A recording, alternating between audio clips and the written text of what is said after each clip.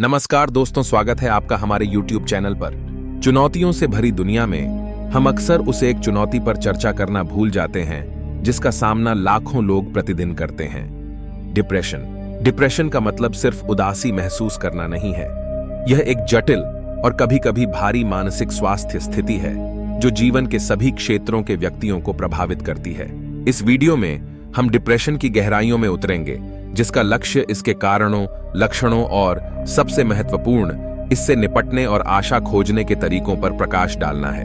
हम उन लोगों को समर्थन और समझ प्रदान करने के लिए वास्तविक कहानियों, विशेषज्ञ अंतर्दृष्टि और मूल्यवान संसाधनों का पता लगाएंगे जो इस मूक लड़ाई का सामना कर रहे हैं। डिप्रेशन एक ऐसा विषय है जिसे हम सभी को बेहतर ढंग से समझने और खुलकर चर्चा करने की आवश्यकता है, और साथ मिलकर हम एक अधिक सहानुभूतिपूर्ण और सहायक दुनिया बना सकते हैं।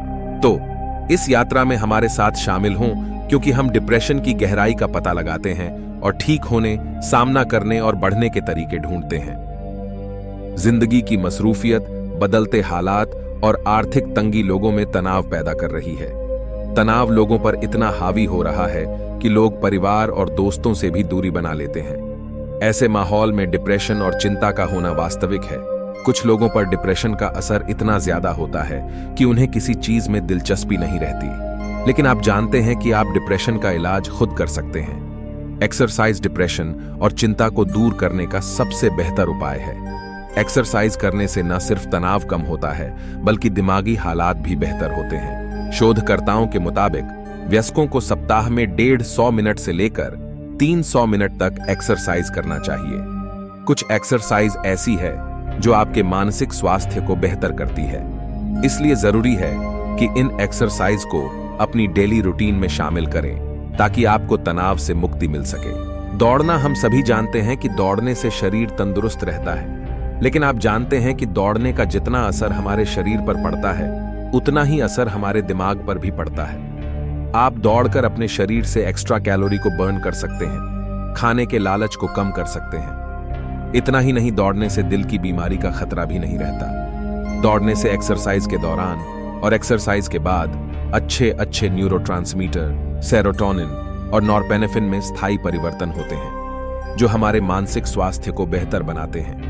2014 के एक अध्ययन के मुताबिक आप दिन में 5 मिनट तक दौड़ते हैं तो लंबी उम्र तक जी सकते हैं। 2006 में साइकियाट्री एंड न्यूरोसाइंस जर्नल में प्रकाशित एक समीक्षा में शोधकर्ताओं ने पाया है कि व्यायाम से अनिद्रा की समस्या दूर हो सकती है। लंबी वॉक। व्यायाम करना शारीरिक और मानसिक स्वास्थ्य दोनों के लिए बहुत अच्छा माना जाता है। यही कारण है कि लंबी दूरी तक पैदल चलने से भी स्ट्रेस दूर होता है। कहा जाता है कि कुदरती माहौल दिमाग को शांत करता है और अवसाद और चिंता से निजात दिलाता है। पर्यावरणीय स्वास्थ्य और निवारक चिकित्सा में प्रकाशित 2009 के एक अध्ययन में जापानी शोधकर्ताओं ने अध्ययन में शामिल लोगों को लंबी दूरी तक पैदल यात्रा के लिए भेजा। जिन लोगों ने 20 मिनट तक लंबी दूरी तक पैदल यात्रा की, उनमें स्ट्रेस हार्मोन का स्तर कम था। योगा।